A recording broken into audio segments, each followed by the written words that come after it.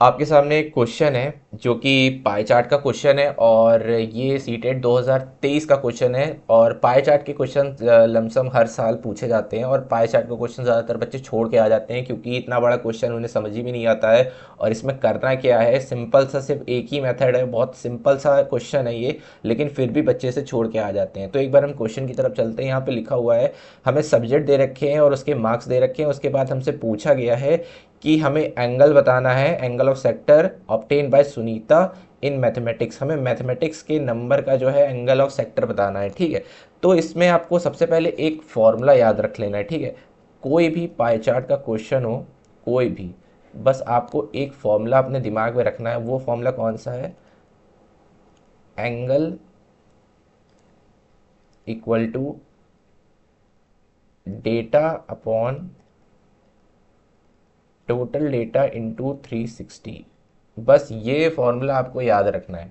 Angle is equal to data upon total data into 360। अब यहाँ पे बस हमें वैल्यूज पुट करनी है। ठीक है, हमसे पूछा गया था, क्या पूछना है हमको? मैथमेटिक्स का। अब मैथमेटिक्स का हमारा ये क्या हो जाएगा? ये मेरा हो जाएगा डेटा। ठीक है, ये मेरा हो जाएगा डेटा अपॉन एंगल। एंगल हमें जो पूछा है वो बताना है, इंटू 360 डिग्री।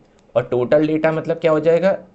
इन सब का टोटल। अगर मैं इन सब का टोटल करूं, 72, 84 और 96 और 80 और 68 का, तो 8 6 14, 14 4 18, 18 2 20 और 7 2 9, 9 8 17, 17 9 26, 26 8 34, 34 से 400। तो इसका जो टोटल आएगा वो आएगा 400। ठीक, अब हमें इसे सॉल्व कर लेना है। ठीक है, जीरो से जीरो कैंसिल, इसको 10 टाइम्स काटेंगे, इसको 9 टाइम्स, और ये 5 से कटेगा, ये 4 और 8। तो यहाँ पे आएगा 48 इंटू 9/5। और 48 इंटू 9 अगर करेंगे तो 9 8 जा 72, 9 4 जा 36 और 432।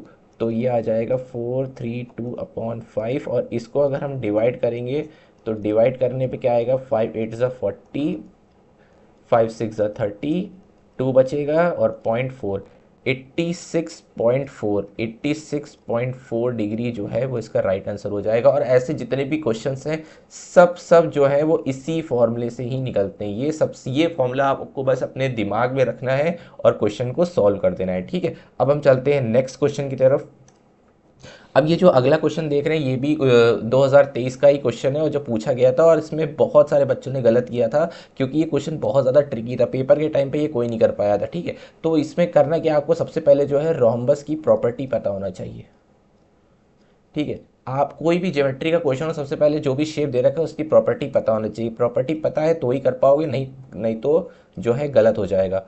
ठीक है, अब यहाँ पे मैं एक रोम्बस बना लेता हूँ। अब रोम्बस की प्रॉपर्टी क्या होती है? डायगनल जो है वो परपेंडिकुलर 90 डिग्री पे बाइसेक्ट करते हैं और साइड जो होती हैं वो सारी इक्वल होती हैं। ठीक है, तो वही जो बेसिक प्रॉपर्टी है उसी का हम यूज़ करेंगे। ठीक है, अब ये जो है सब 90 डिग्री पे जो है बाइसेक्ट करती हैं और सारी साइड्स, और ये डायगोनल इसके इक्वल होता है, ये डायगोनल इसके इक्वल होता है, और सारी साइड्स क्या होती हैं? इक्वल होती हैं। हमसे क्या बोला गया था? ए डी बी बोला गया है 25, और हमको निकालना है बी ए डी और ए बी सी। ठीक है, अब सीधा सीधा देखा जाए, अगर ये 25 है तो ये भी 25 होगा। ठीक है, अपोजिट साइड्स क्या होते हैं? रोम्बस के इक्वल होते हैं। ये 25 है तो ये भी दोनों 25 हो जाएंगे।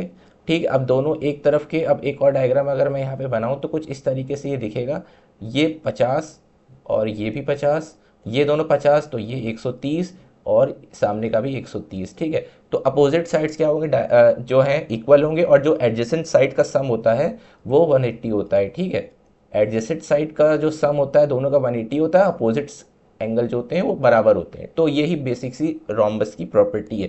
तो सीधा हम उसमें वैल्यू पुट कर देंगे। ठीक है, अब यहाँ पे हमें क्या, अब यहाँ पे हमारा क्या हो जाएगा? 2 इंटू बी ए डी, मतलब बी ए और डी कितना हो जाएगा? 130, और माइनस ए बी और C, A B C, sorry A B C minus A B C हो जाएगा 50। तो 130 ये हो जाएगा 260 और ये हो जाएगा 50। तो आंसर आ जाएगा 210 डिग्री। ये इसका आंसर हो जाएगा, ऑप्शन नंबर थर्ड, 210 डिग्री इसका आंसर हो जाएगा। ठीक है,